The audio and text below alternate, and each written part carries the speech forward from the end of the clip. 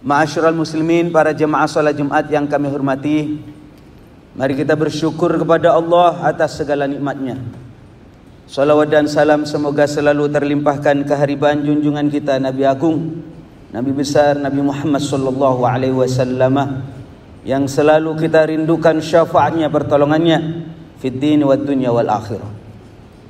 Para jemaah sekalian, Rasulullah pernah mengingatkan kepada para sahabat dan termasuk kita semuanya, ala inna fil jasati mudghah, ketahuilah bahwasanya di dalam tubuh manusia, jasad kita ini, ada segumpal daging yang menentukan baik dan buruknya perilaku kita.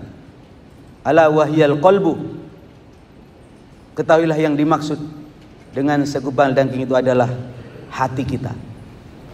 Makanya para jemaah sekalian, ayo kita jaga, kita rawat hati ini.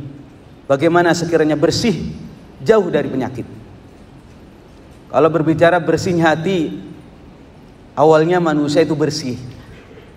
Tidak ada kotoran di dalam hati kita. Karena manusia itu terlahir dalam keadaan fitrah. Kullu mauludin yuladu alal fitrah. Hanya pengaruh lingkungan, pergaulan, akhirnya hati kita menjadi kotor. Dan parahnya kadang-kadang kita tidak merasa bahwasanya hati kita sedang sakit.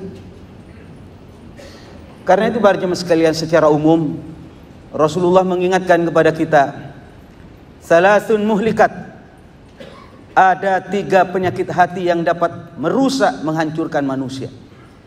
Yang pertama, syuhun muta', pelit yang diikuti. Yang nomor 2, wahawa muttaba', hawa nafsu yang tidak terkendali. Dan yang nomor 3, wa ijabul mar'i bi nafsi, ujub atau bangga terhadap dirinya sendiri. Yang pertama para jemaah sekalian, Al-Imam Abu Hamid Al-Ghazali, yang kita kenal dengan Imam Ghazali, menyampaikan yang dimaksud dengan syuhun muta' itu adalah penyakit hasud. Syuhun muta', pelit yang diikuti. Kita ini pelit lah, semua kita ini pelit. Karena manusia itu wa uhdiratil anfusus syuh. Karakter manusia memang pelit. Tapi pelit yang madhmumah adalah ketika pelitnya itu diikuti. Dan yang dimaksud dengan hadis ini adalah penyakit hasud. Karena hasud para jemaah sekalian, atau dengki itu, iri hati, lebih parah daripada sekedar pelit. Kalau pelit itu uang saya diminta nggak dikasih, itu pelit, uang saya. Tapi kalau hasud itu nikmat, itu miliknya Allah. Nikmat harta, nikmat pangkat, nikmat kesehatan, miliknya Allah. Kemudian dibagi oleh Allah kepada hamba-hambanya. Kita mengatakan, kok itu, kok ini yang maju, kok ini yang dihormat. Jadi ini penyakit SMS. Sedih melihat orang lain, senang. Senang melihat orang lain, sedih. Bahaya ini Pak, jangan dipelihara. Jangan sampai kita berpikir, nanti saya selesaikan urusannya, saya singkirkan dia dari kehidupan saya, selesai. Apakah begitu? Tidak. Karena hasud ini sifat. Kalau di pesantren saya diajarkan, sifat itu butuh mausuf. Sifat itu butuh tempat. Penyakit itu butuh tempat. Maka mungkin orang yang kita dengki menyingkir dari kehidupan kita. Tapi Allah subhanahu wa ta'ala akan mengirim orang dikasih nikmat, dikasih nikmat, dikasih nikmat. Kita hanya mengatakan, kok ini, kok itu, apa nggak capek? Makanya para jemaah sekalian, Rasulullah mengingatkan, awas, iyyaka wal hasada, jangan sampai pelihara itu sifat hasud, sifat iri itu. Karena apa? Fa innal hasada yakulul hasanat kama yakulun narul hatab. Hasud itu dapat mengikis kebaikan sebagaimana kayu bisa dibakar oleh api. Karena itu para jemaah sekalian, jangan hasud tapi ghibthah. Kita itu harusnya senang melihat orang lain senang, sedih melihat orang lain sedih. Maka di dalam Islam mengapa kemudian dianjurkan untuk mendatangi, kalau diundang walimah ada orang senang, ikut senang kita, ucapkan selamat. Yang nomor 2 para jemaah sekalian, penyakit yang dimaksud adalah penyakit riya wa hawa muttaba'. Riya itu apa? Al-amalu liajlinas, beramal karena manusia, atau watarkul amal liajlinas, meninggalkan amal, meninggalkan perbuatan karena manusia.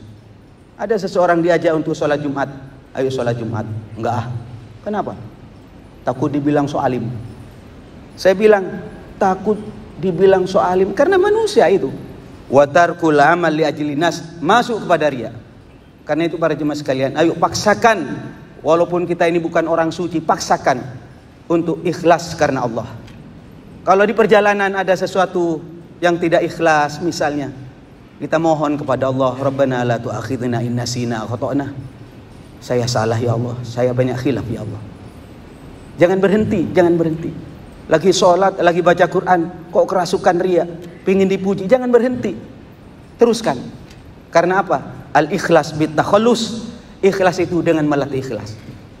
Yang nomor 3 para jemaah sekalian, terakhir yang perlu kita bersihkan hati kita ini dari penyakit yang paling berbahaya adalah penyakit ujub. Ujub itu merasa dirinya bersih, orang lain kotor. Dirinya paling baik, orang lain ahli maksiat. Jangan begini. Jangan sampai bergemuruh dalam hati saya kalimat ana khairum minhu, aku lebih baik daripada dia. Jangan. Kalau ada orang ujub, sejatinya dia sedang bohong. Karena kalau dia mengatakan saya baik, dia bohong. Karena sejatinya baik itu ditentukan oleh husnul khotimah. Dan yang menentukan adalah Allah Subhanahu wa ta'ala. Karena itu Al-Imam, seorang ulama yang terkenal, yakni Sultanul Aulia Syekh Abdul Qadir Al-Jailani menyampaikan, kun 'indallahi khairan nas. Jadilah engkau menurut Allah orang yang paling baik. Perbanyak ibadahlah tanpa batas, tapi pegang hatimu. Wa kun indan nafsi syarrun nas. Jadilah menurut dirimu orang yang paling banyak dosa. Ini artinya kita tawadhu, rendah hati. Dan tidak ada ceritanya orang rendah hati akan direndahkan, tapi justru man tawadhu'a rafa'ahullah. Orang yang tawadhu akan diangkat derajatnya oleh Allah Subhanahu wa ta'ala. Terakhir para jemaah sekalian, dengan kebersihan hati ini, insyaallah kita akan menghadap kepada Allah dengan membawa keberkahan, dan kita akan dipanggil besok. Ya ayyatuhan nafsul mutmainnah, wahai jiwa yang tenang, irji'i ila rabbiki radiyatan mardiyah. Kembalilah kamu kepada Tuhanmu dengan membawa keridhaan. Mudah-mudahan bermanfaat. Barakallah li walakum fil Qur'anil azim. Wa nafa'na wa iyyakum bima fihi minal ayati wa dzikril hakim. Wa taqabbal minni wa minkum tilawatahu innahu huwas samiul alim.